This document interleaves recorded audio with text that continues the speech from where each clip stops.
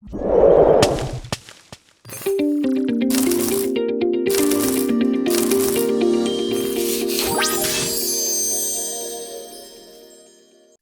number 25.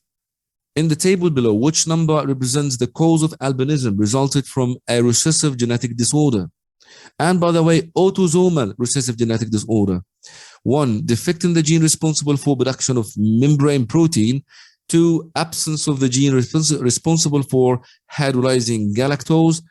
3. Absence of the gene responsible for hydrolyzing the fatty substances. 4. Genes secreting not enough quantities of melanin pigment. Which one of them? And it is, yes, of course, it is number 4, okay, which is gene secreting, okay, not enough quantities of the melanin pigment. Let's extend the explanation and talk about all of the autosomal genetic disorder and the frequency that came before in the SAAT biology exams. All of those are recessive autosomal. I'm repeating this word, autosomal. Autosomal.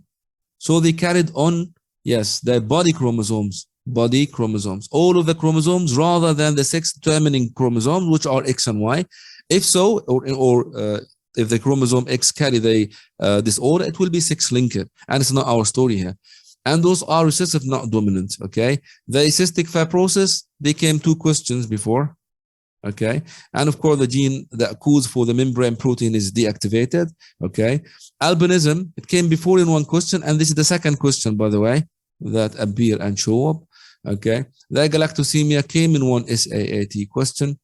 Okay. The Tay-Sachs disease came in 3 questions, 2 asking about the cause and effect, and 1 question asking for the chromosome that is carrying the defective gene, which is chromosome number 15.